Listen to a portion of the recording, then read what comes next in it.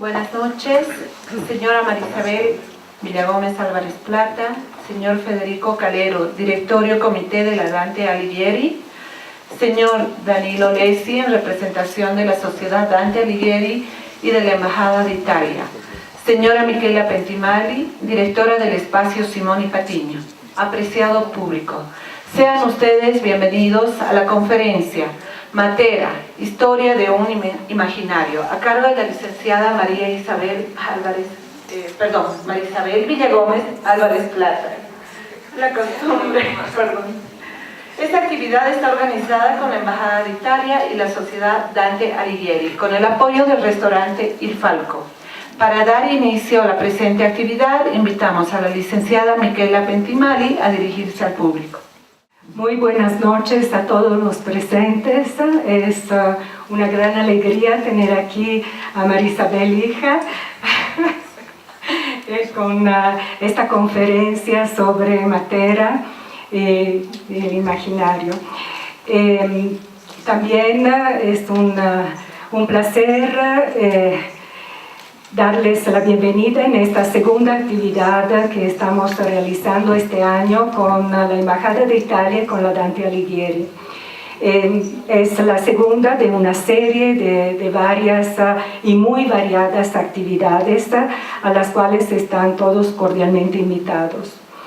¿Quién es Marisabel Villagómez Álvarez Plata? Para quien no la conoce, que me imagino que ya no existe persona que no la conozca aquí en La Paz.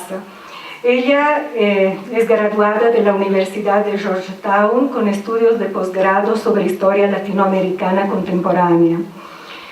Ha trabajado como curadora y colaboradora de Materia Gris en La Paz entre 2014 y 2019, premiada por la Cooperación Española por Mejor Texto Curatorial en el concurso Acana 2016. En 2018 acompaña a Adriana Bravo a Bienal Sur con la obra Beso de Chola y es invitada de la misma Bienal en este año. Ha realizado una especialización en patrimonio sobre paisajes culturales en Matera en 2018, proponiendo la hoja de coca como uno de estos a la FAO en 2019.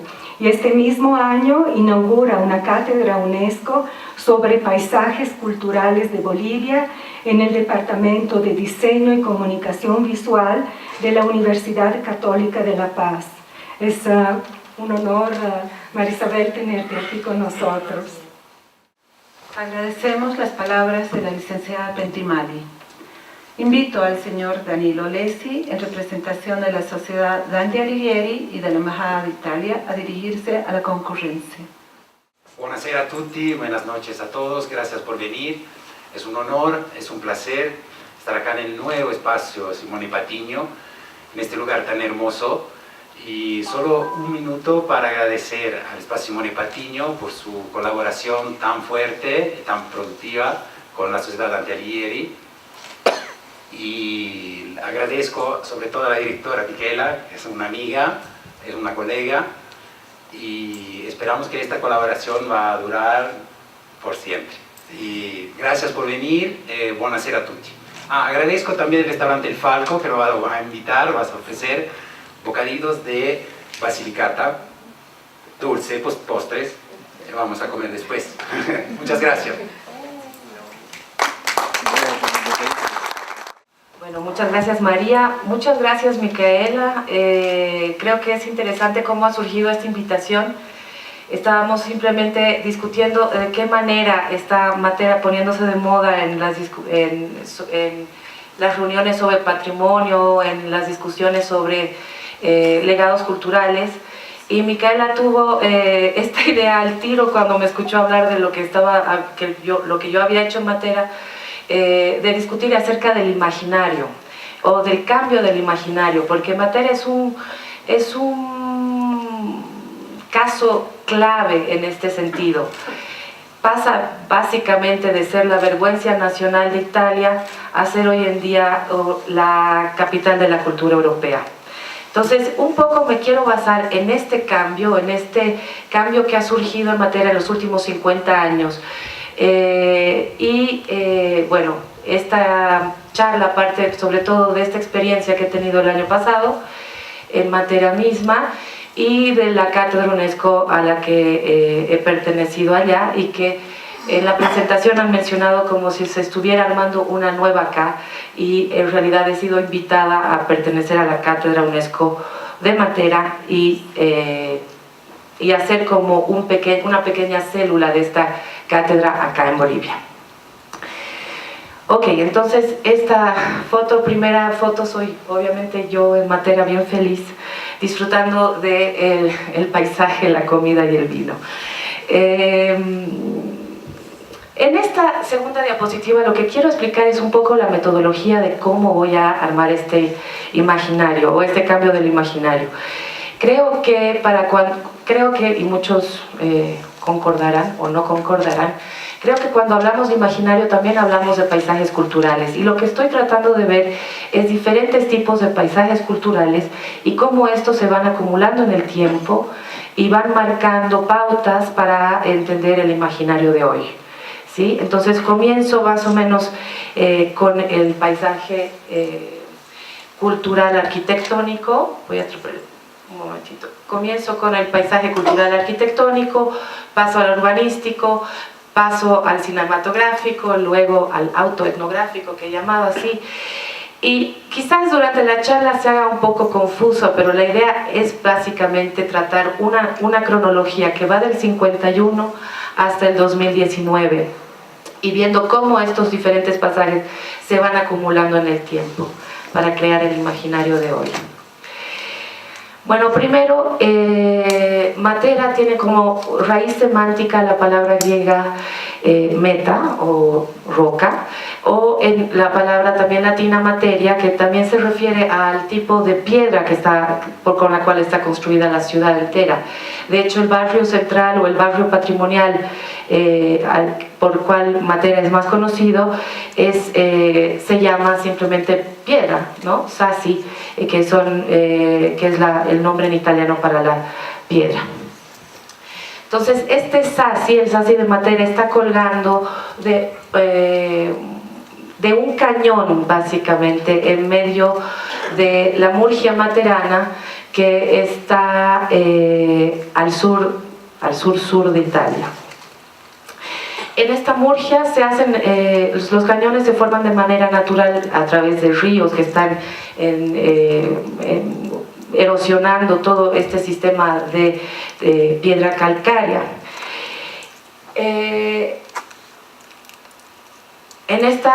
Lo que quiero mostrar es las gravinas, que como he mencionado anteriormente, son estas erosiones que básicamente se forman a través de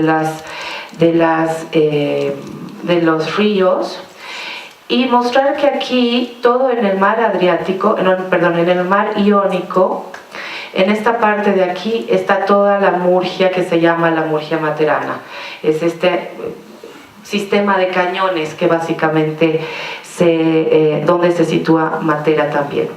Entonces, para darnos una idea general, este sería el taco de la bota, si nos acordamos de la bota. Ok.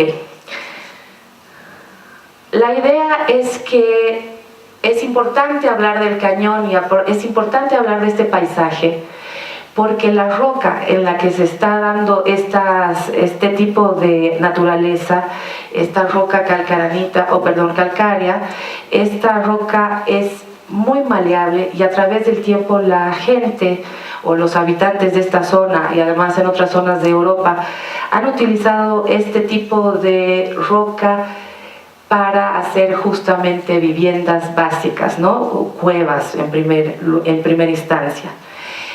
El Sassi, justamente el Sassi de Matera, se encuentra localizado en este gran cañón de calcárea, pero sobre todo en una cama de calcaranita, que es todavía más fácil de excavar y más fácil de moldear. Entonces, lo que es interesante de Matera es que en realidad es una ciudad subterránea que está construida a través de estas excavaciones que se hacen a la piedra calcaranita, pero además se logran a través de estas excavaciones todo un sistema arquitectónico que es importante.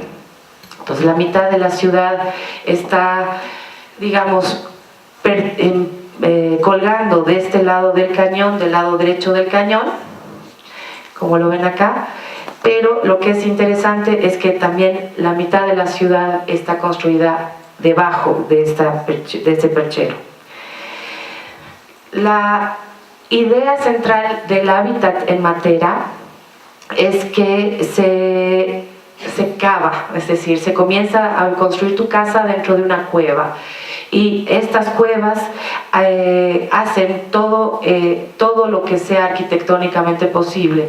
Se pueden construir dentro de ellas, encima de ellas, alrededor de ellas, es decir, se usa la forma de la cueva como la parte estructural de las habitaciones de tipo 1, dirían, o el hábitat 1 que dicen los arquitectos.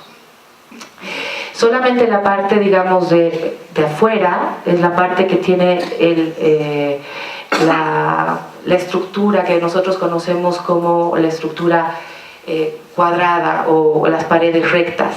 Pero todo lo demás tiene este contorno natural, que es el contorno natural de la cueva. Hay que recalcar que también entonces en estos hábitats que son mitad cavados y mitad construidos, el material de uso de la construcción para la parte externa es material que se mezcla de la propia roca que ha sido excavada. Es decir, la calcaranita se mezcla con unos pegamentos y para formar lo que se llama el tufo, ¿no? Entonces la mitad de la roca, la mitad excavada que se llama la mezzagrota y la mitad construida, la mezzalamia, hacen del paisaje arquitectónico materano una suerte de sorpresa, porque cuando lo ves desde afuera no te imaginas la cantidad de hábitats que hay en la parte interior. Ok. El organismo urbano entonces de Matera está realizado por la Asociación de Elementos Básicos, desde la cueva hasta el jardín, desde el edificio hasta las granjas fortificadas, y define un sistema urbano que no cambió hasta el siglo XIX. Es decir, desde el Paleolítico hasta el siglo XIX, este tipo de construcciones se ha mantenido en Matera de manera regular. En el siglo XIX se establece una sociedad burguesa en el sur, y este cambio con la sociedad burguesa va a traer un cambio también al sistema urbanístico de Matera. Digamos, una clase media alta se establece en el plano alto, en el piano que se llama, y se establecen los palacios o edificios señoriales del XIX con edificios de la administración pública. En este periodo de tiempo, Matera se va a volver capital de la Basilicata, de la región de la Basilicata, y se va a constituir también en un centro importante de comercio entre las dos costas. Desde el siglo XIX hasta este momento crítico, que es el 51, que voy a tratar más adelante, va a haber un crecimiento poblacional en el SAS importante. Voy a referirme a este después. En términos arquitectónicos, lo que hay que notar y que quiero notar aquí también es lo importante que es el exterior. Es decir, la cueva es importante, pero también es importante el patio de afuera. El vicinato, que está aquí retratado en una foto de Henri Cartier-Bresson, el vicinato es un espacio colectivo donde se hace lugar de los intercambios sociales y se produce o se comparte agua, se producen panes en hornos comunales, etcétera, etcétera, etcétera. Esta foto de Henri Cartier-Bresson es una foto de la primera visita de él a la Basilicata en 1951, y voy a volver sobre este tema de Cartier-Bresson más adelante. Pero esta foto es obviamente una de las fotos que son, digamos, icónicas del vicinato y del sistema colectivo de la vida materana. Entonces aquí con esto quiero establecer el primer imaginario al que me voy a referir, es el imaginario arquitectónico. En este imaginario arquitectónico, en este estudio sobre la arquitectura del Sassi, lo que vemos entonces es un relato de una arquitectura armónica con la naturaleza. En un sentido, la cueva permite su constante renovación, su excavación, digamos, ilimitada, aunque esto obviamente no es correcto, pero si tú tienes un hijo más puedes excavar un poco más tu cueva siempre. Y también asegura una cierta sostenibilidad, porque dentro del sistema del Sassi, la roca, la calcaranita, permite una acumulación de agua en las cisternas. Entonces, este sistema se mantiene, digamos, este ecosistema se mantiene sin casi romperse de ninguna manera hasta, como les he dicho anteriormente, hasta el siglo XIX, cuando se comienza a poblar la parte alta y hay una erupción demográfica. ¿Okay? Entonces el primer imaginario, repito, es el imaginario arquitectónico. Vuelvo a Cartier-Bresson, porque Cartier-Bresson visita Matera el 51 en un momento clave. Es el auge del modernismo, como hemos visto hace poco en las charlas sobre Rimsa y aquí en este mismo espacio. El higienismo y la estandarización en la arquitectura son los paradigmas de la modernidad que se están manejando no solamente en Italia, pero en el mundo entero.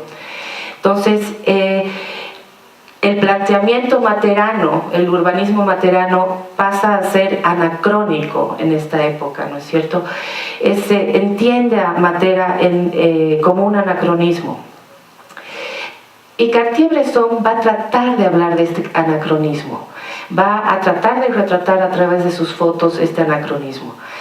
A partir de sus fotos nosotros vemos cómo, hasta qué punto se estaba manejando un lenguaje y una narrativa acerca de la pobreza del sur, acerca del retraso del sur, acerca, digamos, de justamente este lugar que hay que de alguna forma controlar, ¿no es cierto?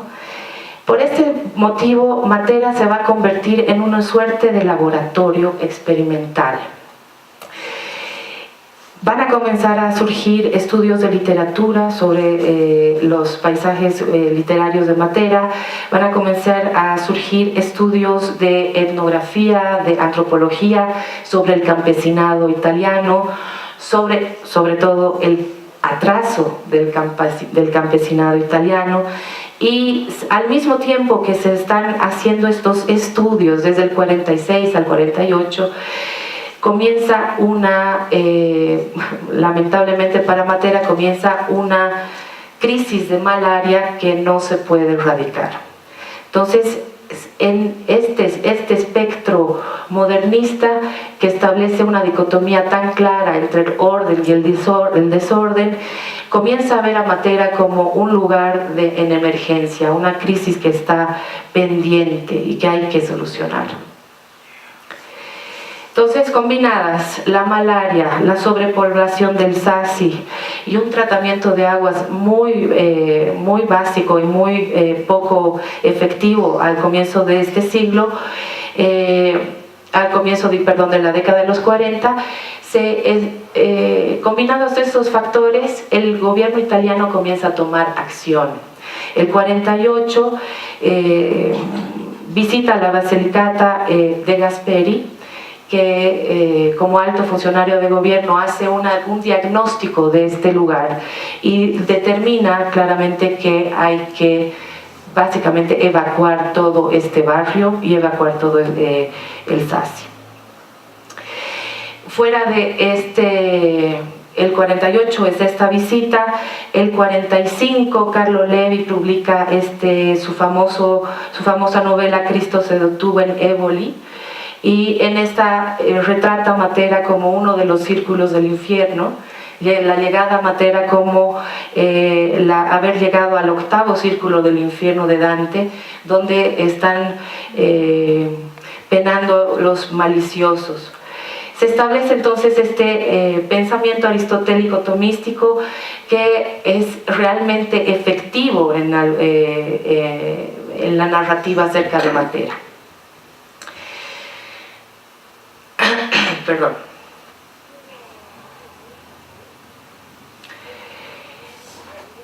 $28,000 habitantes vivían en 1948 en el Sassi. La visita de Gasperi fuerza al gobierno italiano a denunciar a todo este sistema, a este ecosistema, y además a los pobladores de este ecosistema como un anacronismo, como he dicho anteriormente. En sus palabras, era absolutamente necesario cerrar la época de la prehistoria en Italia. Entonces, 20 meses después se establece el vaciamiento del Sassi por ley, y se prevé la construcción de 20,000 habitaciones fuera del Sassi para que la población de Matera pueda ser transferida. Se establecen rápidamente 5 barrios nuevos. Se transfieren casi a 16,000 personas, una transferencia monumental para la época y incluso hasta ahora. Los barrios modernos de esta nueva Matera son barrios diseñados de un solo trazo, como proyectos urbanísticos modernos, obviamente, con arquitectos y ingenieros de alto renombre en Italia en este momento, incluidos Carlo Archmonino, Piero Maria Lutli, Michele Valori y otros, que fueron hasta Basilicata y ayudaron a convertir a Basilicata en un laboratorio más, en un laboratorio de urbanística. Entonces vamos acumulando esta idea de que Matera es un laboratorio etnográfico, un laboratorio de literario, un laboratorio ahora urbanístico también. El éxodo de los materanos del Sassi ocurre en un periodo de casi 10 años, entonces desde 1951 hasta 1961. El impacto de este éxodo es violento, es realmente traumático en la población, y porque representa el triunfo de este paradigma de la vergüenza, y muchos materanos, incluso hasta hoy, tienen una relación ambigua con obviamente con este momento histórico. Pero en ese momento creo que se establece el segundo imaginario materano, es el imaginario urbanístico. Entonces hemos visto el imaginario arquitectónico, que es este imaginario ideal donde la naturaleza y lo artificial entran en armonía. En este segundo imaginario, que es el urbanístico, hay una relación menos armónica, digamos, entre lo que es Matera y la modernidad. Entre 1951 y 1961 visita Matera el gran cineasta italiano Pierpaolo Pasolini.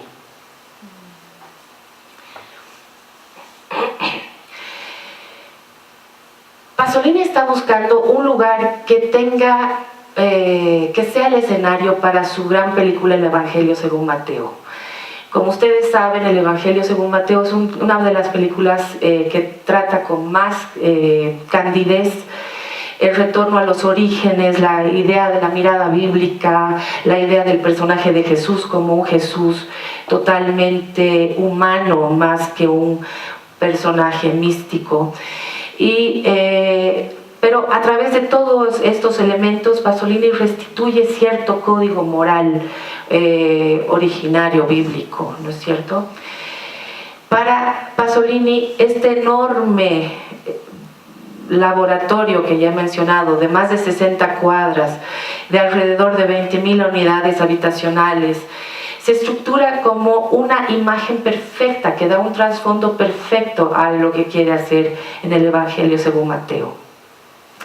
El director ya había viajado a Jerusalén, había viajado a Palestina en búsqueda de un paisaje como este, y había, en sus propias palabras, había que encontrar un lugar que hubiera mantenido un carácter a través de dos milenias, y encuentra este lugar con este carácter en Matera. Retrata así en su Evangelio según Mateo un mundo arcaico, un mundo en el que el hombre es más simple, un hombre que es justamente el mismo hombre que se está enfrentando a una modernidad complicada, casi ya llegando a la posmodernidad, y este hombre está en búsqueda de un momento más simple, más original.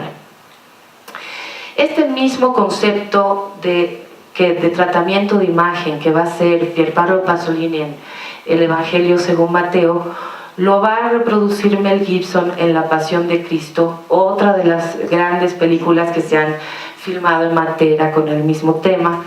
El mismo tratamiento y casi los mismos cortes, digamos, utilizan en la película de Ben-Hur, el 2016, y también Matera es el escenario de la última película de La Mujer Maravilla. Matera en realidad es esta ciudad mítica de las Amazonas, Themyscira.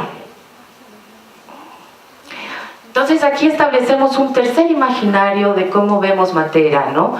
Una cosa que tiene que ver con el paisaje cultural cinematográfico, en donde se establece una Matera arcaica, una Matera casi mística, y estamos bordeando ya unos discursos que los propios materanos están entendiendo desde afuera. Esos son discursos que se están creando por visitantes a Matera, por personas que están viendo a Matera desde afuera. Entonces, ¿qué están viendo los materanos en este mismo periodo de tiempo?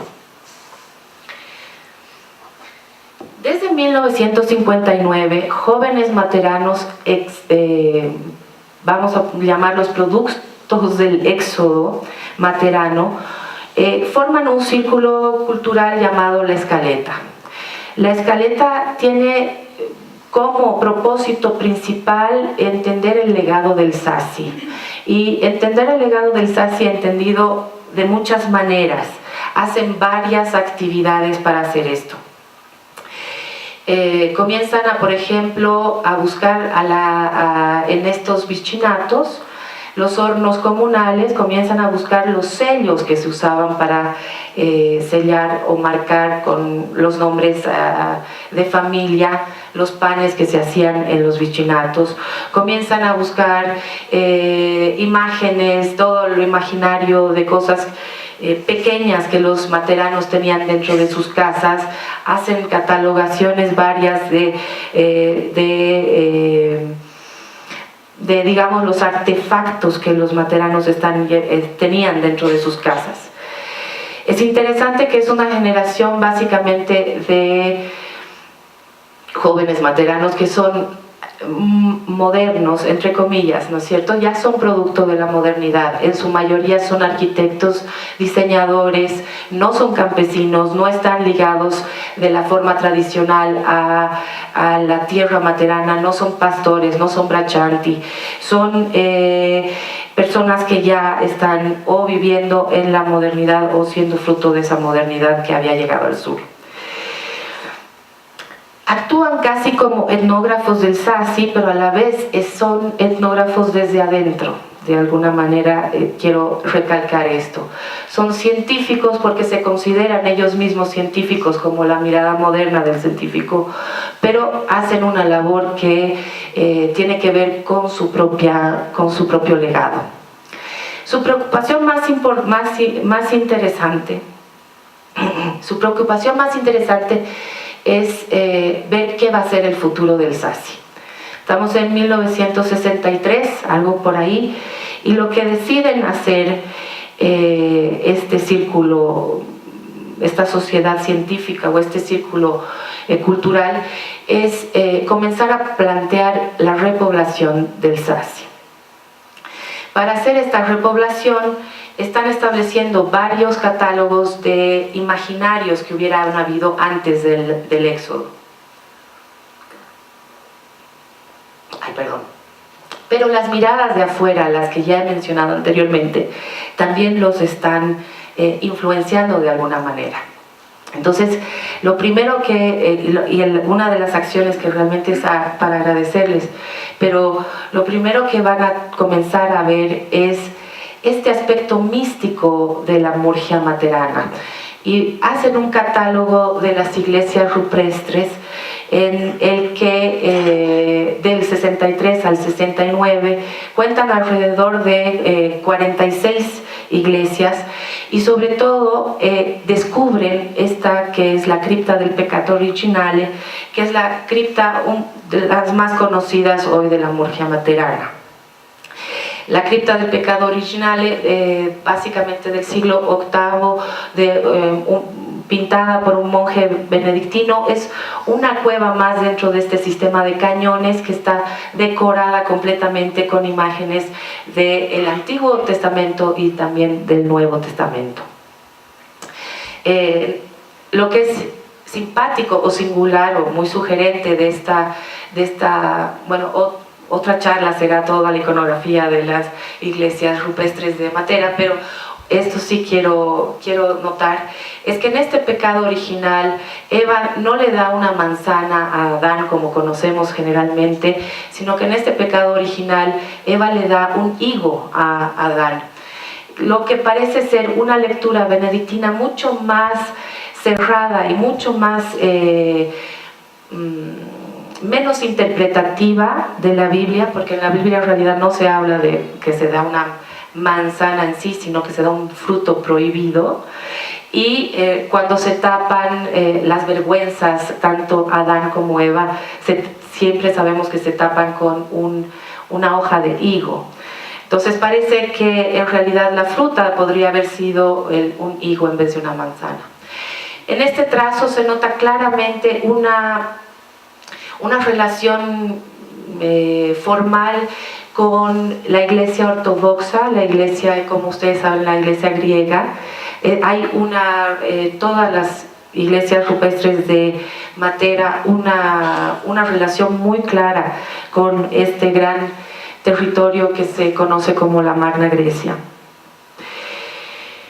Este esfuerzo de la escaleta, este primer esfuerzo de la escaleta de catalogación de iglesias rupestres se va a continuar por varias otras generaciones. Hasta 1968, desde 1968 hasta 1985, se establecen alrededor de 145 iglesias en la Murgia Materana. En esta catalogación, la narrativa patrimonial de la escaleta es bien interesante, porque comenzamos a ver patrimonio desde adentro, a entender el patrimonio como una suerte de ítem que hay que defender. Los propios, no me he olvidado de mencionarlo, pero lo menciono ahora, el propio símbolo de la escaleta es el escudo longobardo, también un símbolo como guerrero de defensa, y el esfuerzo de la escaleta va a ser el de protección de cierta lógica de la Magna Grecia, del territorio de la Magna Grecia.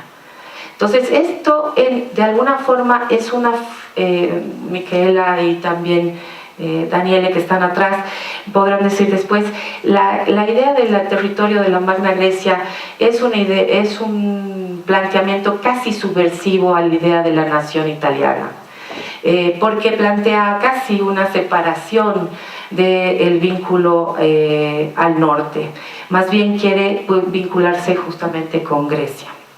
Entonces, dentro de este imaginario que se está construyendo patrimonial, lo que estamos viendo es un uso del patrimonio político, un uso del patrimonio políticamente subversivo, de alguna manera. ¿Okay? Lo voy a cortar este momento con esta imagen ahora. Cartier-Bresson vuelve a Matera el 71.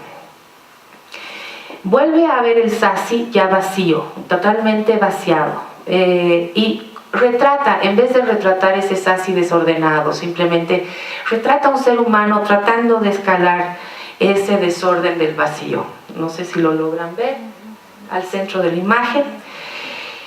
Es quizás este momento en el que está viendo la Basilicata otra vez Cartier-Bresson, es un momento de cuestionamiento serio de la Basilicata.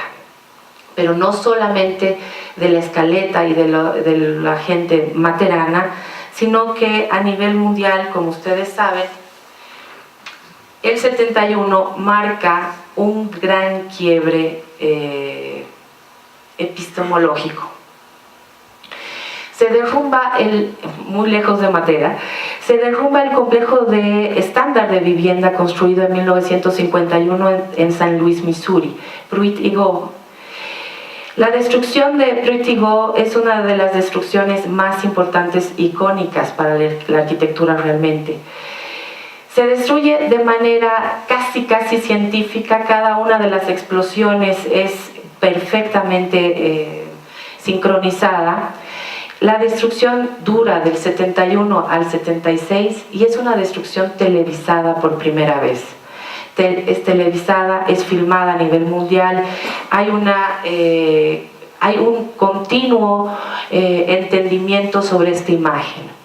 No solamente se está dando un vuelo a la, digamos, capacidad de la explosión destructiva de los ingenieros, sino que se está dando un vuelo también a la idea de la destrucción de la arquitectura estándar.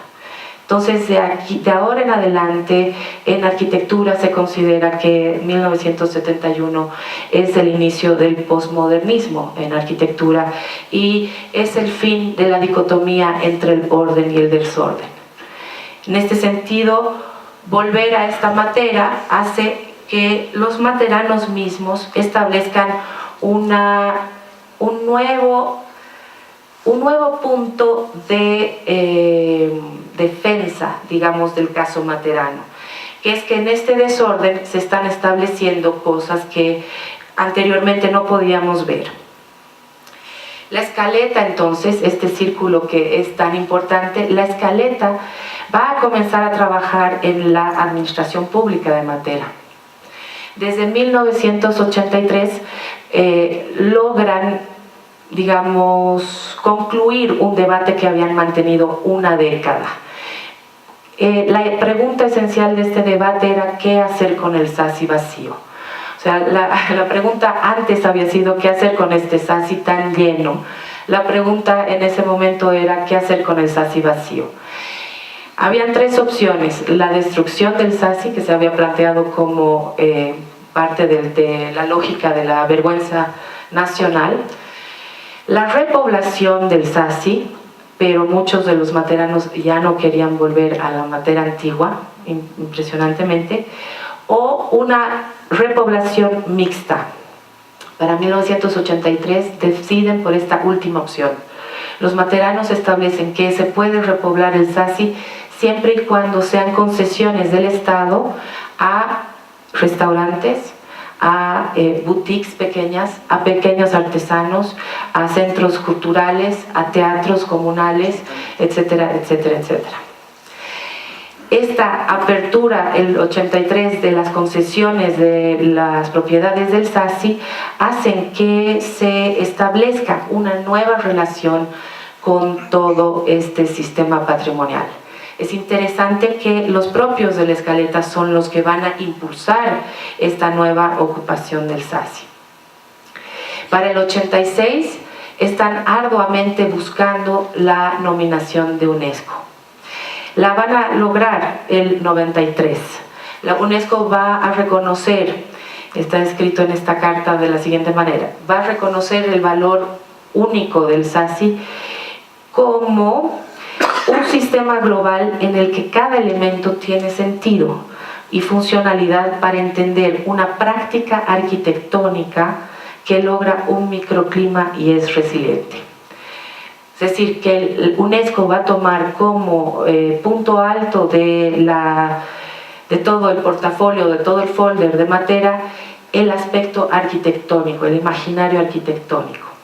Esto va a dar pie al círculo de la escaleta a ser todavía más, a buscar por la vía de la validación patrimonial, digamos, de alguna forma, y esto lo podemos cuestionar después, a buscar a través de la vía de la validación patrimonial muchas más, lograr más batallas y ganar más batallas.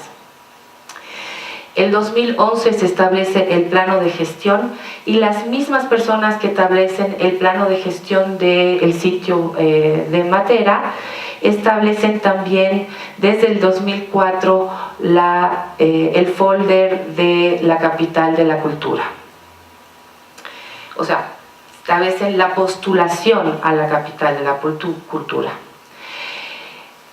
Desde que se aprueba el plano de gestión, aquí no se debe ver nada, pero desde que se aprueba el plano de gestión de 2014, se aprueba al mismo tiempo la postulación de Matera como capital de la cultura.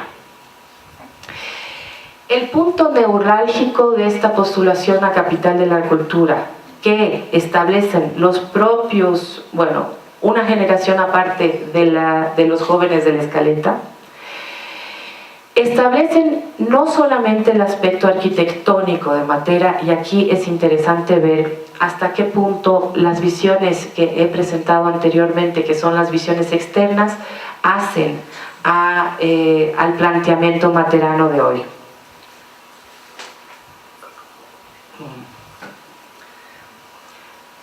El Círculo de la Escaleta no se va a basar en las iglesias rupestres, no se va a basar en el legado arquitectónico. Va a plantear un concepto nuevo para lograr esta candidatura a la ciudad capital de la cultura. Al centro de esta postulación está la idea del ciudadano cultural. Los materanos entonces se consideran no solamente unos ciudadanos patrimoniales o imaginarios, sino que viven al lado de una arte, de una cultura y de una expresión colectiva que debe ser parte de una vida cotidiana. Se conocen como un colectivo, hacen notar o refuerzan la idea del vicinato una vez más, pero reconocen que son el resultado de las habilidades de todos los ciudadanos. Se reconocen como una comunidad de saber entonces. Y esto es lo que les ha dado la llave a la candidatura, a la postulación de la candidatura como capital de la cultura europea. En esta nueva, digamos, Matera, en este nuevo imaginario materano, el colectivo ha comenzado a tomar una preponderancia particular. Se trata de que los diseñadores, los hacedores de panes, los artesanos, todos se están manejando como un gran colectivo cultural. Y esto es algo que también quisiera que podamos discutir más adelante, porque me parece un planteamiento realmente contemporáneo. Pero sí quiero terminar quizás con una nota que es un poco discordante. El planteamiento en papel de lo que es el colectivo es distinto de lo que es en realidad la Matera de hoy. Yo creo que, bueno, no voy a ser terriblemente malcriada ni de ninguna manera tratar de llevar esto por el mal camino, pero sí quiero plantear una problemática. La problemática es la siguiente. Se creía que al dar las concesiones de los terrenos del SACI, se podía lograr realmente este momento comunal, este incentivo a los pequeños artesanos, este tipo de desarrollo, digamos, de lo micro a lo macro, ¿no? Pero realmente en este postulado creo que el imaginario patrimonial ha tenido un grave problema, no solo en Matera, sino en todo el mundo, y UNESCO incluido en esto, ¿no? Lo que ha impulsado todos estos sitios patrimoniales y lo que terminan siendo es un gran centro cultural turístico, un parque, digamos, un parque turístico, un parque temático, pero turístico, ¿no? Depende ya del lugar donde estemos para el tipo de tema, ¿no? En el caso de Matera es obviamente estos ambientes hipogios, más esta comunidad de saber colectiva, etcétera, etcétera, pero que en realidad está al servicio de un gran capital turístico, que y el paradigma del desarrollo a través del turismo es un problema que tenemos que plantearnos todos cuando nos planteamos el tema del desarrollo a través del patrimonio. Entonces aquí, por ejemplo, en este complejo, que es uno de los hoteles que he podido conocer, que se llama Acuatio, están el antes y el después de cómo se han elaborado los cambios de los exteriores de la Matera. Obviamente se ha mantenido todo el carácter, digamos, del Sassi, pero se incluyen aguas potables, wifi, todo lo que necesitamos hoy, que obviamente en Matera, en la tradicional Matera, nunca se hubiera necesitado, o no se hubiera planteado. Y digamos, lejos del planteamiento materano, que era vivir en comunión con la naturaleza, incluso con los animales, porque se sabe que los materanos vivían con sus propios animales dentro de las cuevas, hay un planteamiento de lujo en la sensación de ahora de los hoteles que se están planteando en el Sassi. Entonces este lujo tiene que ver con quizás experimentar una cosa arcaica como una cueva, pero a la vez con todo lo que quieras, ¿no? Con toda la colección desde Pier Paolo Pasolini hasta todas las otras películas sobre Matera, con la gran pantalla gigante, con el wifi fantástico, y la verdad súper cómodo y súper ameno, pero extremadamente caro. Hay un planteamiento en Matera que es para el lujo, es decir, el turismo ahí ahora solamente se puede plantear desde un lugar de lujo. Entonces, esa es una problemática que, digamos, recogiendo todo el historial sobre el imaginario materano, ese es uno de los aspectos que yo creo que es de una deformación de lo que se ha podido hacer en Matera, pero que es una deformación que corresponde también a nuestros problemas, incluso aquí en Bolivia, cuando tratamos patrimonio. O sea, cuando tratamos de establecer un desarrollo a través del patrimonio y terminamos siendo una venta de chompas en Machu Picchu, una cosa así, ¿no? Quiero, en ese mismo sentido, mostrar esta imagen que es un poco chistosa. Se ve un espacio en este propio Acuatio, en este último hotel que he mencionado. Es obviamente una caverna que ha sido un sistema de varias cisternas que son una nueva piscina. Hacen a esta caverna, que en la parte superior está construida con un arco. Entonces tiene, digamos, las características de la arquitectura clásica materana, digamos, tradicional materana, pero ya está intervenida de una manera postmoderna, con esta escultura al medio, qué sé yo, como la quieran llamar ustedes, una muela o un hueso cavernícola o algo así. Entonces esta idea, digamos, de que de alguna forma hay que recordar ese pasado paleolítico, pero sin disminuir ninguna de las comodidades de los turistas de hoy. Ok, quiero terminar, ayer que estaba buscando imágenes para mostrar hoy, quiero terminar también con una costumbre materana que se ha hecho que yo he visto el año pasado y que parece que se repite todos los años. En Pascua se instalan las 3 cruces al frente de Matera. Estas 3 cruces, obviamente, la tradición cristiana representan la crucifixión, la muerte y luego la resurrección que hemos vivido ayer. Entonces, ojo, es chistoso cómo los materanos han adoptado esta idea a partir del Evangelio según Mateo, que es la primera vez que se instauran las 3 cruces en este mismo lugar, y son las 3 cruces que luego, por ejemplo, se van a repetir en Mel Gibson. Es decir, los propios materanos han adoptado estas miradas y se han vuelto parte de su imaginario. Ok, con eso quiero terminar. Espero que haya muchas preguntas. Gracias.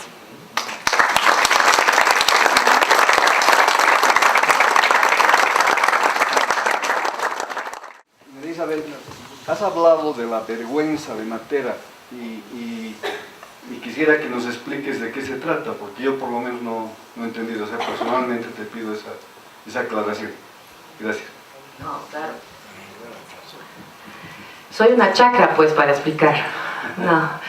Lo que pasa es que se establece, digamos, un momento modernista en el que comienza en los 20 en Europa y acá. Y en este momento no se entiende un lugar como Matera, porque un lugar como Matera es la prehistoria.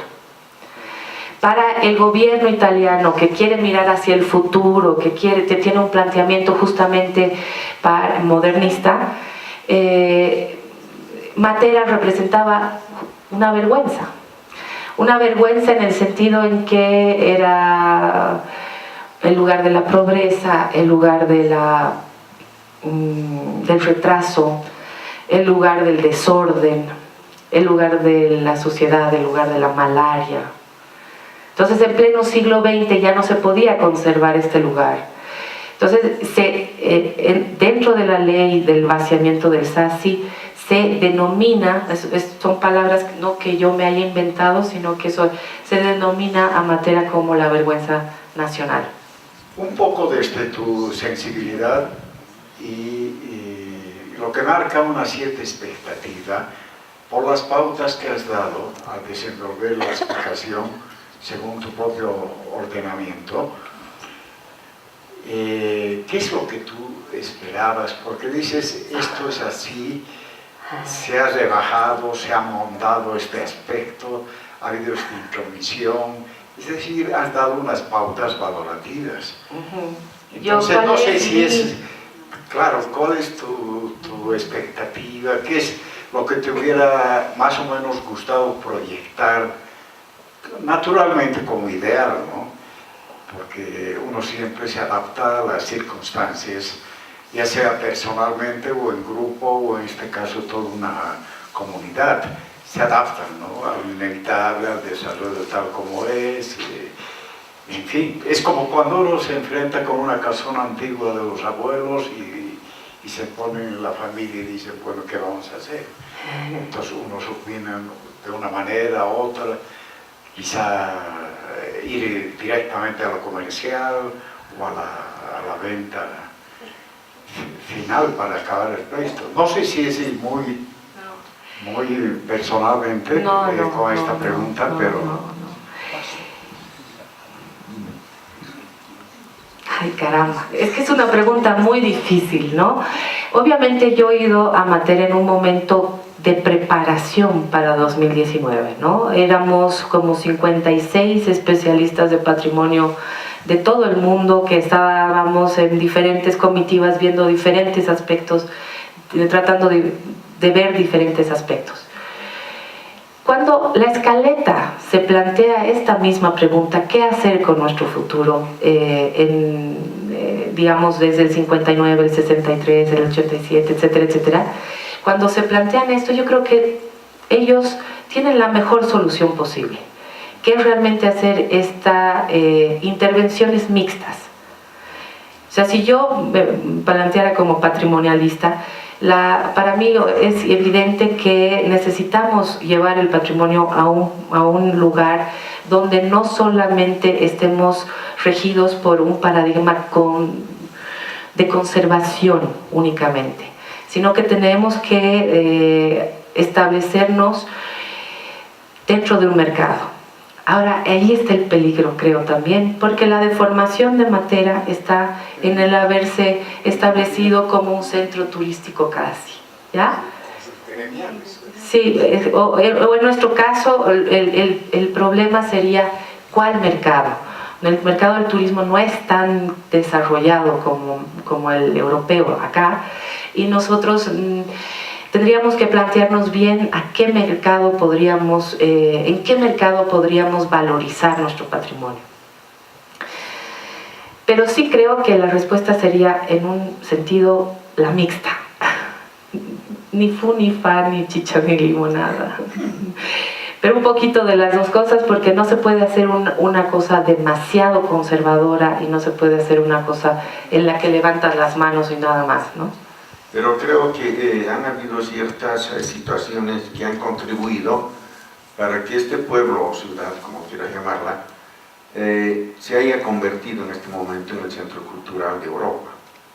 Uno han sido indudablemente las filmaciones de estas películas famosas por directores famosos. Otra ha sido el tipo de construcción que se ha dado en la roca, que realmente es peculiar y que se ha prestado a la escenografía de todas estas películas épicas. Y finalmente el acierto de, bueno, no sé si llamarlo acierto, pero es una realidad, de convertir esto en un centro turístico, porque ahora lo interpreto así. Sí. Es un turismo, y es un turismo para millonarios, es un turismo caro, como tú bien has dicho, pero es una deformación de lo que podía haber sido en esencia el pueblo, ¿no? El espíritu del pueblo matera. De tal forma que yo creo que, bueno, esta última diapositiva que pasaste con los arcos ya bien restaurados, pero con esa escultura moderna, traduce nomás pues ya el hecho de que se ha convertido en un centro turístico para millonarios, o bueno, para gente que pueda accederlo, y finalmente la comunidad también se suma a esto, haciendo estos ritos de la Semana Santa y representando nuevamente la Pasión de Cristo, es decir, un poco replicando la Pasión de Cristo filmada en el pueblo, ¿no? Exacto. O sea, yo creo que tú has explicado mi charla mejor que yo. Lo que no sé si había una pregunta en el planteamiento que me acabas de... Solamente si estoy en lo correcto. Sí, totalmente. Yo creo que sí. Yo, bueno, cada quien tiene su propia opinión, por supuesto, pero yo sí creo que hay aquí un juego bien interesante entre lo que es la mirada de afuera y la mirada de los propios habitantes. Y este juego, este manejo de esas narrativas es lo que me parece realmente poderoso en el caso materano. Bueno, a mí me produce también una sensación similar a la que tú has manifestado en la última parte de tu conferencia, porque evidentemente se trata de un sitio arqueológico, un sitio patrimonial que probablemente estaba habitado. Se vio perfectamente la transformación del imaginario del habitante que vivía ahí y que lo sentía como una cosa normal, Sí. a, digamos, esa transformación del imaginario moderno, ¿no? Cuando vienen los grandes planes y se impone el desalojo, digamos, del lugar, ¿no? Pero una vez desalojado eso, debió pensarse que era un sitio arqueológico, porque a nadie se le ocurriría, por ejemplo, poner en Tiahuanaco tiendas, ¿no es cierto?, en el sitio arqueológico. Obviamente pueden haber tiendas un poco lejos, pero a ningún magnate se le ocurriría tener la Puerta del Sol dentro de un restaurante, ¿no? Entonces lo que a mí me da la impresión es de que el pueblo ha sido expropiado de su patrimonio y ha sido vendido al gran capital, porque evidentemente yo no creo que el materano normal, clase media, no sé, ya se reconozca en ese lugar que se ha establecido, que ya ha perdido totalmente su carácter y que se ha convertido en un boom al que seguramente está vedada la participación del materano, porque ya es para un nivel seguramente internacional, no de cualquiera, sino de gente que tiene muchísimos recursos. Entonces, Tal vez en el futuro, cuando se discutió el tema de las intervenciones sobre el patrimonio, nació toda una ciencia de la anastilosis, que había que sacar cosas que habían sido introducidas de manera imperfecta, etc. Tal vez en el futuro también, como parte de la anastilosis, se va a sacar el capital de ese lugar para restaurarlo realmente como un lugar que tiene un valor en sí mismo, no por el capital que se le introdujo. Ok, pero aquí yo lo que quiero, yo entiendo la posición y era una de las opciones. Cuando la escaleta se plantea qué hacer con el SASI, ¿no?, que resuelven finalmente el 83, una de las opciones era mantenerlo vacío, ¿no? Y mantenerlo, como vos dices, como un sitio arqueológico.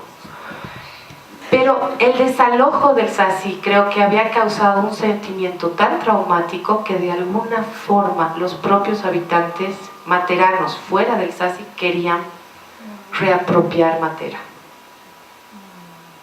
O sea, son los mismos materanos los que van a gestionar las concesiones de las propiedades del SASI. Y son muchos materanos los que van a adquirir esas concesiones. Entonces hay ahí como una necesidad de reapropiación, de reocupación territorial de alguna manera, que ayudara o como que sanara de alguna manera el trauma de haber sido vergüenza. Había que subsanar ese periodo histórico del desalojo y de alguna manera no se podía subsanar solamente en la arqueología, sino que había que el Estado te tenía que pagar además de alguna forma. Las concesiones son gratuitas, ¿no? Son por €1, 25 años, siempre y cuando tú te encargas de la restauración de las habitaciones, de las cuevas. Entonces era una negociación difícil, un momento difícil, de un planteamiento complicado. Ahora has mencionado repoblar Tiahuanaco. Yo nunca, entre lo que he escuchado que has dicho, yo nunca plantearía un uso de Tiahuanaco. Sin embargo, nosotros usamos Tiahuanaco hasta como patio doméstico si nos casamos en Tiahuanaco. O sea, no es una situación extraordinaria lo que hemos vivido hace pocos años con Tiahuanaco. El planteamiento ya con Tiahuanaco es una cosa en que la comunidad también está tomando toda la rienda sobre el asunto. Entonces, casi ya es nuestro patio trasero donde podemos hacer nuestra parrillada, no sé, ¿no? O sea, estamos considerando ya Tiahuanaco una cosa espectacular, pero así también cambia el patrimonio, cambian las imágenes que tenemos sobre el patrimonio. No todo tiene que ser arqueológico, en mi parecer. Tengo una observación un poco extraña tal vez. Esta escena del final es muy oportuna con la semana que estamos viviendo, ¿no?, que acaba de terminar, la Semana Santa. Así es. Sin embargo, creo que es totalmente ajena a Matera. Cristo no sabía dónde estaba Matera. Obviamente no. Nunca lo crucificaron ahí. Es ficción. Y ahora hay una ficción que parece que simboliza que de eso trata esta charla. La charla ha sido interesante, me siento agredido por la presencia de una imagen que no corresponde a Matera, por un lado. Creo que mejores imágenes de Matera hubiera sido el interior de las viviendas. No estoy criticando, estoy opinando. Pero me conoce, crítico. ¿Por qué tengo que ver a Cristo cuando yo quería ver Matera? Matera por dentro, donde cuelgan sus ropas, donde en el año 51 los echan porque hay muchos mosquitos. Y todos esos exiliados retoman Matera para volverla a ocupar y vivir de no sé qué vivían antes. ¿Qué hacían? Campesinos, sobre todo pastores y brachantes, que se llaman trabajadores del campo. Okay. Pero entonces, me hubiera gustado ver una Matera más profunda, más interior, más de cueva, donde está el dormitorio del niño. Tengo 2 guaguas más, viene mi suegra a vivir aquí, entonces le abro un recoveco hacia abajo, ¿no? Sí. Porque es mi suegra, ¿no? Tal cual. Claro, al sótano, sí. Mi suegra es sótano. Y no ver a Cristo, ni ver a la Mujer Maravilla, ni...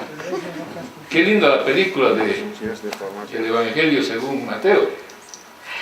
Gracias, Alex. Pero un poco la idea de esta charla en particular era justo hablar del imaginario desde el 51 hasta hoy.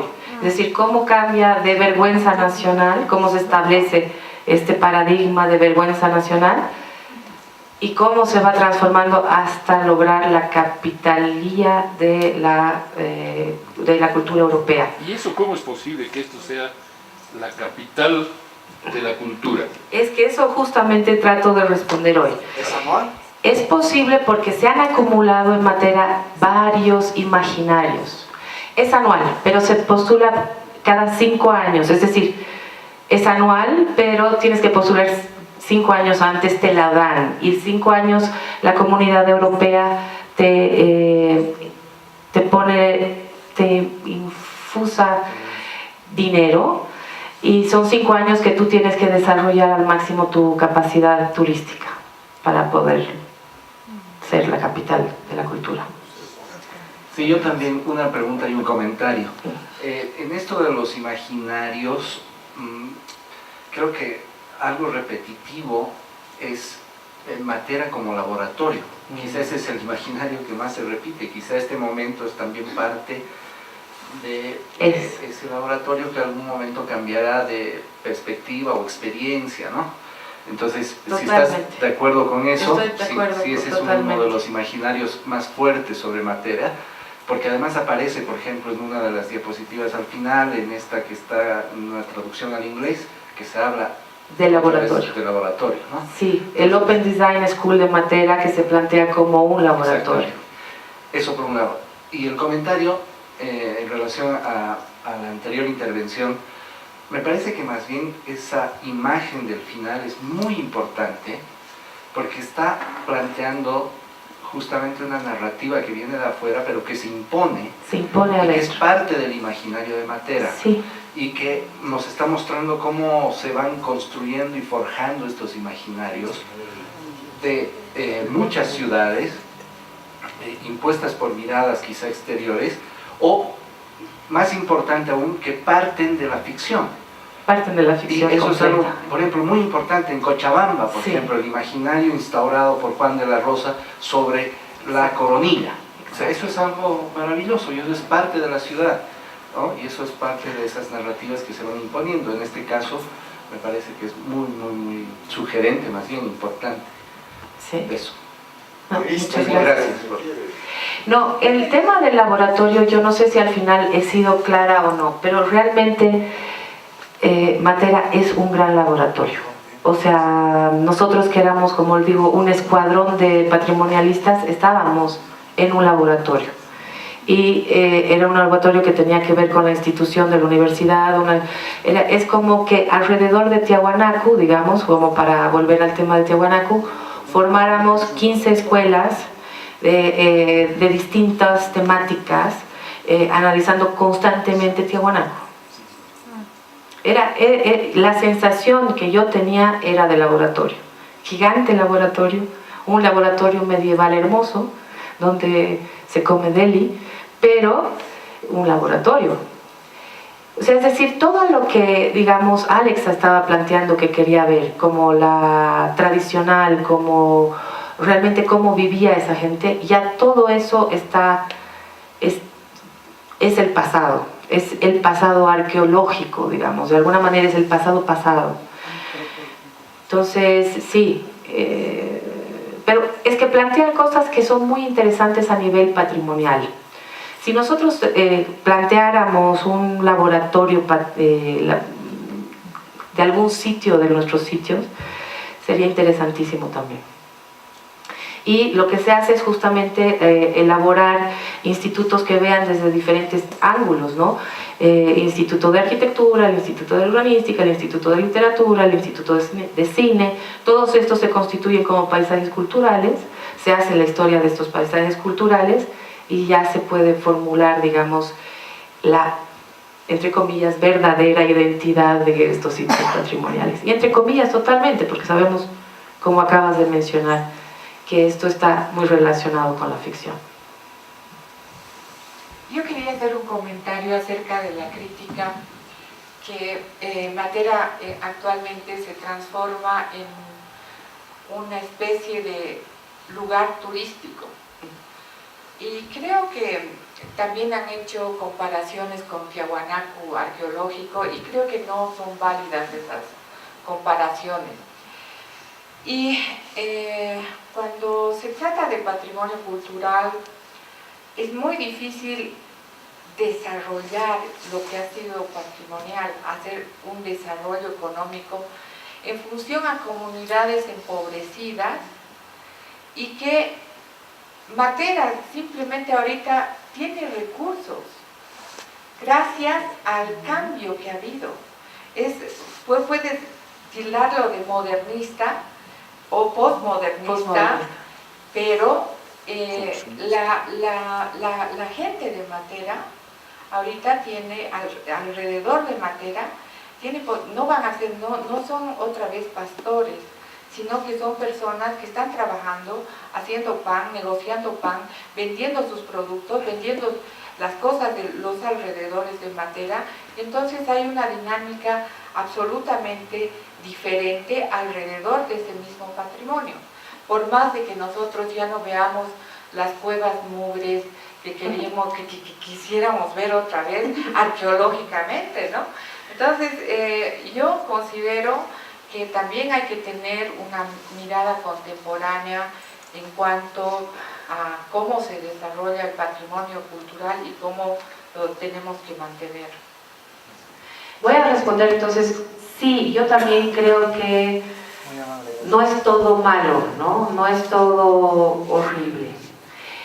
Sobre todo creo que hay un impulso del gran capital al desarrollo turístico que sí establece la posibilidad de un cierto desarrollo comunitario en Matera, pero a la vez marca el límite de ese propio desarrollo, porque se establece que los materanos, digamos, obviamente ya no van a ser ni brachantes ni pastores, pero van a ser solamente trabajadores de hoteles, o van a ser solamente, no son los grandes inversionistas de los hoteles que he mostrado.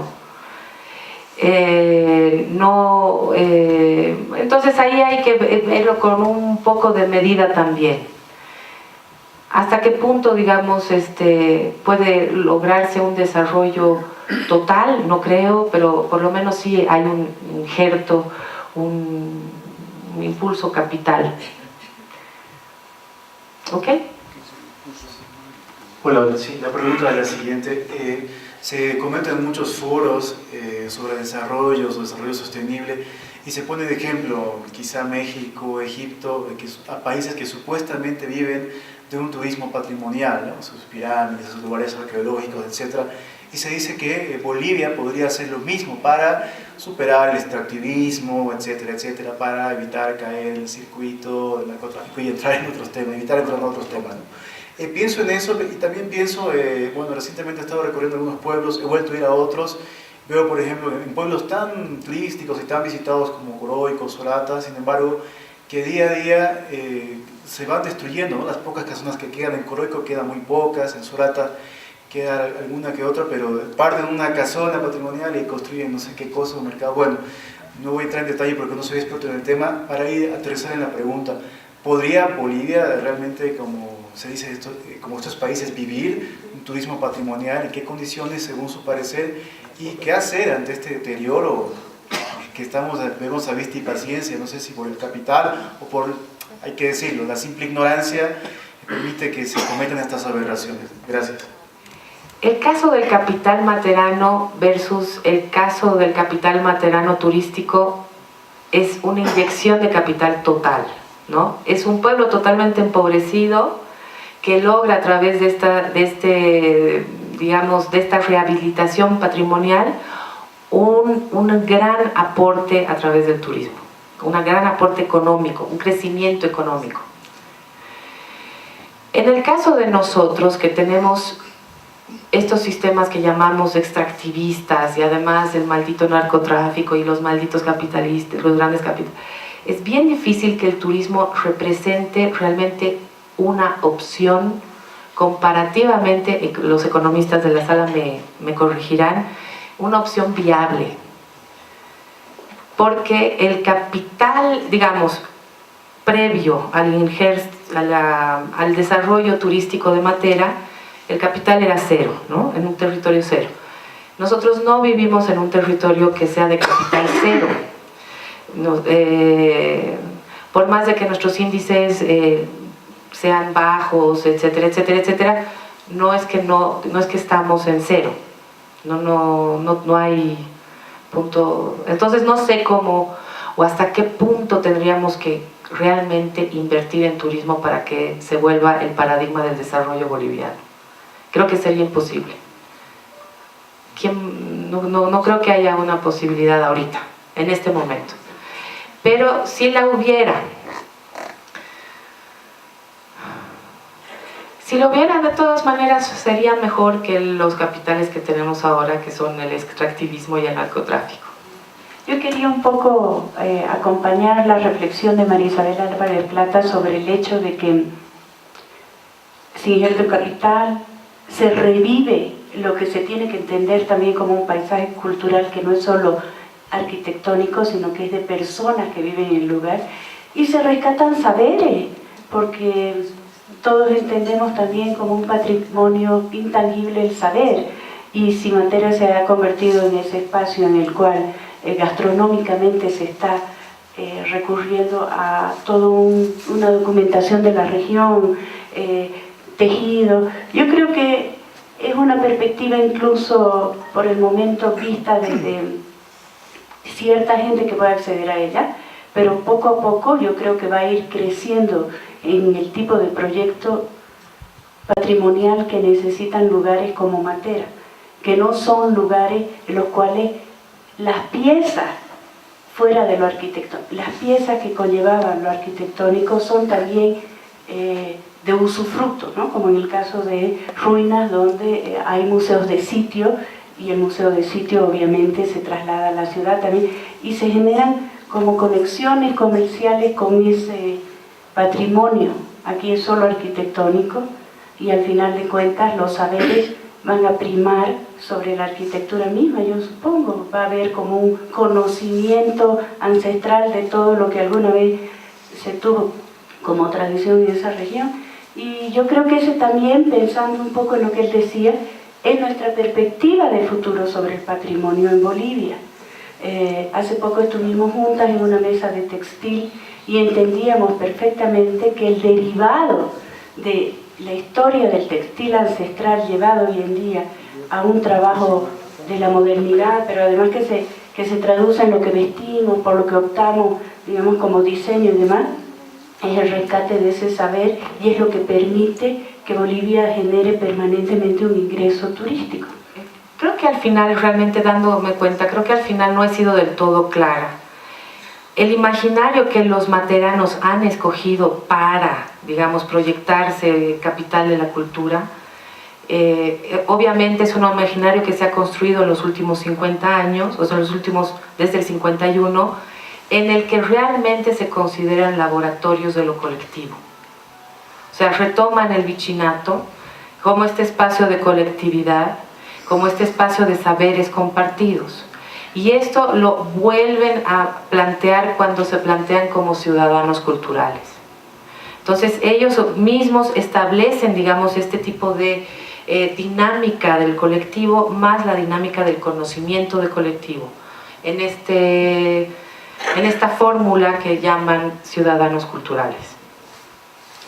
Evidentemente creo que soy creyente, a pesar de toda la problemática que he planteado también al final, soy creyente de que es la única manera que vamos a salvaguardar patrimonio, pero además luchar contra los grandes capitales. O sea, yo sí creo que esta capacidad de la organización colectiva, de la transmisión de conocimiento a través de los colectivos, son las herramientas que nos van a ayudar en el futuro apocalíptico que todos vemos hoy.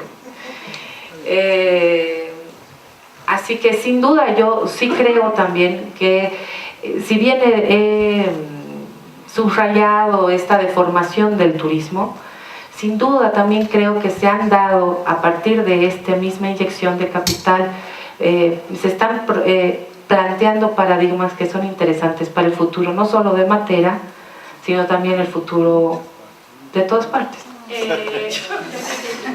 Perdón, hola, bueno, ¿cómo están? Bueno, en primer lugar, felicitarte por la exposición, ¿no? Realmente es, el tema de la restauración se refuta en muchos lugares, y lo que ahora, digamos, es que cada cierto tiempo se tiende a hacer en Europa y también, en cierta forma, en América Latina, es el tema de la integración, lo que es el paisaje cultural, ¿no? Es la integración entre el hombre, la naturaleza y lo que es el patrimonio. Entonces la idea es rescatar, ¿no?, lo antiguo, lo nuevo, también lo nuevo, y también, bueno, ha habido muchas críticas en otros proyectos que se hicieron en Europa, como por ejemplo el Pool House, que si bien se ha integrado de una manera tal vez ambiental, con una burbuja, digamos, en medio de lo que es patrimonio, pero en cierta forma ha ayudado a la parte social, ¿no? Sí.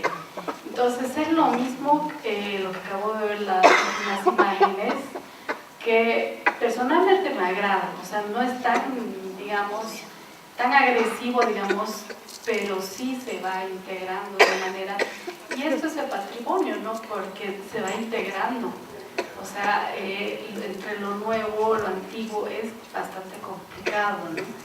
Ahora, en el tema, bueno, en cuanto a Bolivia, digamos, la pregunta es, ¿por qué crees tú que no se da tanta importancia respecto a lo que es el patrimonio cultural?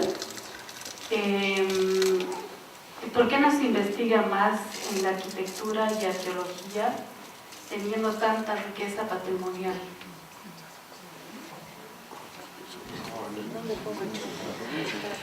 Bueno, yo cada vez estoy recibiendo preguntas un poco más difíciles y creo que ya hay algunas que no sé si voy a poder responder. Lo que sí siento, por lo que he visto del caso Materano, lo que sí puedo sentir es que para tener una relación particular con el patrimonio hay que tener una relación sentimental con el patrimonio. O sea, hay que, de alguna manera, el caso Materano es un caso dramático, ¿no? Es un caso dramático en extremo, porque el caso de los materanos es un caso de un éxodo, de un trauma, de un movimiento de personas, de un desarraigo territorial, etcétera, etcétera, etcétera. Por eso hay como una fijación sobre lo que se va a hacer con este SASI y una preocupación constante de los propios materanos, cómo van a lograr organizar finalmente el discurso alrededor del SASI. Como nosotros no tenemos así un momento de desarraigo total, o parece que las crisis como el TICNIS nos llegaran como de lejos, o si Curahuara de Caranga se está cayendo, parece que fuera nomás un problema virtual del Facebook, un ruido que no es particularmente apropiado, o un ruido que no es apropiado sentimentalmente. No hay como una preocupación patrimonial muy grande, no sé. También, ojo que aquí lo que se ha tratado como idea de patrimonio es una idea bien institucional, UNESCO, ¿no?, de patrimonio. Porque lo que en realidad estamos viendo es que hay mucho cuidado de conocimiento, como acabamos de ver, como acabamos de mencionar, por ejemplo. Hay mucho cuidado con cierto tipo de conocimiento cultural que no es llamado patrimonio en sí. Uno de los ejemplos claros es el ejemplo del textil. Nosotros, los bolivianos, queramos o no queramos, estamos constantemente en nuestra vida cotidiana enfrentados a una tradición textil grandísima, y poco a poco la estamos volviendo a revisitar, y sin necesidad de que ninguna cosa esté en peligro en ese sistema de conocimiento que es el arte textil. Estamos como reinterpretando sobre esta vía. Entonces, depende un poco de qué entendemos por patrimonio, y también un poco yo creo que debemos ser más críticos con el actuar UNESCO, ¿no? Con digamos, la institucionalidad del patrimonio. Yo no debería hablar así porque, ¿no? Pero sí hay que como volver a plantearse qué es patrimonio, para quién es el patrimonio, para qué intereses sirve el patrimonio o patrimonializar, en qué momento sirve a quién, etcétera, etcétera, etcétera. Entonces, yo sé que muchas veces la queja es no cuidamos, pero si te fijas, cuidamos algunas cosas que realmente nos importan. Una última pregunta, por favor. ¿Qué tal? Por favor. Bueno, felicitarte, me encantó saber respecto a este lugar.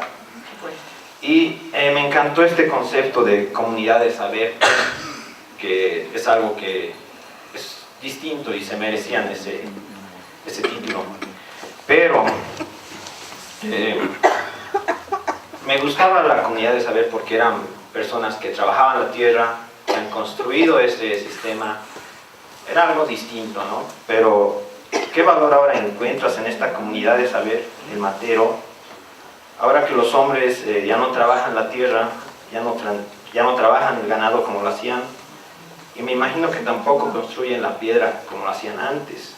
Ahora son asistentes de cafés, de boutiques, es lo que yo asumo. O sea, ¿qué valor ahora encontramos en esta comunidad de saber, que me imagino que ya no sabe tanto y sabe otras cosas? Creo que en lo que me estás planteando es una cosa que yo ya quería que nos moviéramos un poco, ¿no? Es la idea de que el saber es algo pétreo, digamos, que no se mueve. Cuando nosotros hacemos estudios de paisajes culturales, no es una foto lo que queremos ver, no es la relación, digamos, de la meseta con la cordillera, sino cómo a través del tiempo este conocimiento que tenemos de la meseta se va cambiando.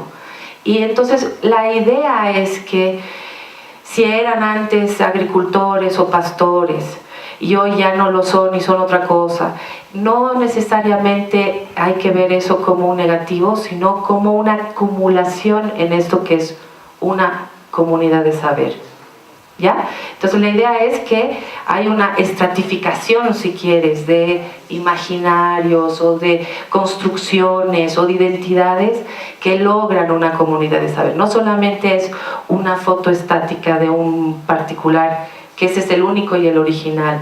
También cometemos mucho, creo, cometemos mucho ese error cuando hablamos nosotros aquí en Bolivia de lo indígena. Creemos muchas veces que lo indígena es una cosa inamovible, que tiene una relación atavística con la tierra y que después de eso no es indígena. Pero sí hay como, o sea, todos nosotros sabemos, todos nosotros que somos indígenas hoy sabemos que tenemos todo un legado que sí parte de un origen quizás atavístico, pero que ya se va transformando y se va acumulando en distintos momentos con distintas miradas y hacen como un imaginario que va acumulando a través del tiempo, más que solamente una sola cosa. Entonces, entre, digamos, ese campesino o ese pastor materano y el hotelero pastor materano, o sea, el hotelero hijo de pastor materano, hay todavía una relación, hay todavía un vínculo. No hay, digamos, no se ha perdido, o sea, no se ha roto su identidad originaria, sino que se ha transformado.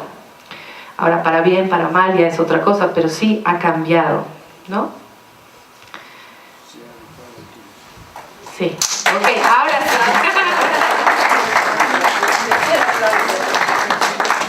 Felicitamos a la licenciada Marisabel Villagómez. Gracias, Marisabel.